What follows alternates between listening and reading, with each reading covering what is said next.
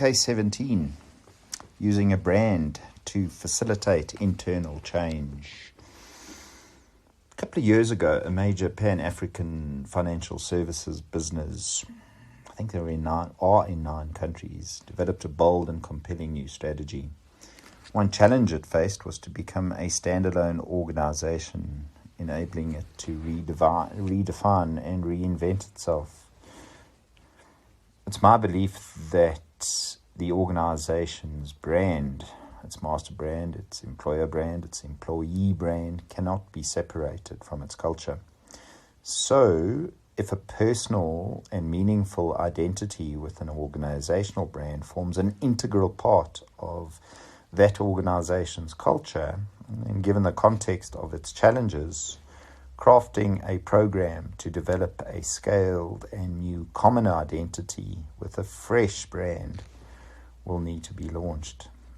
We planned the creation of a movement for change, a mass mobilization triggered through heads, hearts, hands, and voices to ensure that all colleagues would connect, take responsibility, and have a respected voice that was heard and responded to.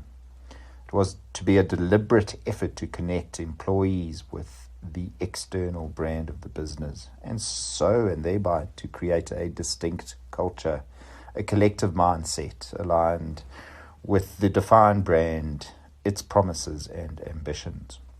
Initially, the program ideas were being proposed to be run. We believed that the change needed to run a long marathon. It needed to go on forever. And so a fairly complex and sophisticated program was developed. The new corporate philosophy focused on bringing the core culture and identity to employees as well as its consumers, and aimed to make colleagues at all levels ambassadors or guardians.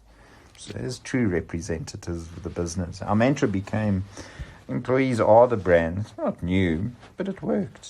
No matter what the brand looks like on the outside, it's the appeal on the inside that matters most.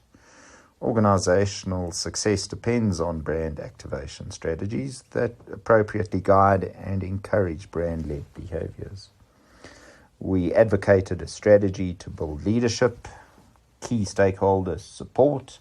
That culture is the brand, and therefore we aim to change key culture transforming and sustaining behaviors that would bring the brand alive, kind of from the inside out.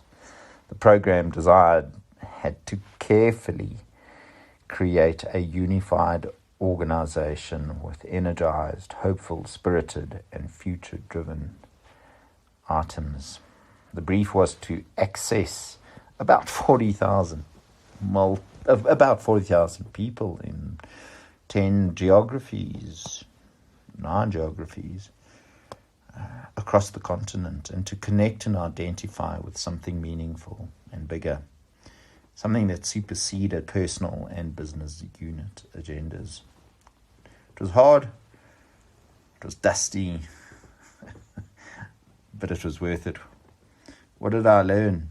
One, there's a fundamental congruence between an organization's brand, its culture, and its strategy. 2, it's not enough just to tell people what the new behaviors are.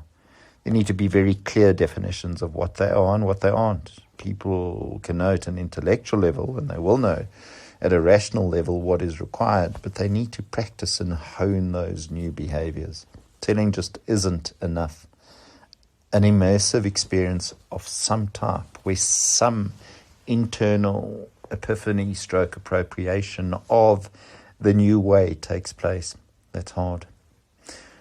The development of culture ambassadors from every corner of the business, irrespective of role, level, or business origin, is powerful.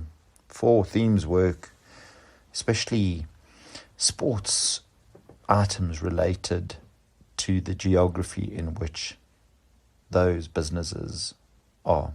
Strong, supportive, visible, and active sponsorship is key.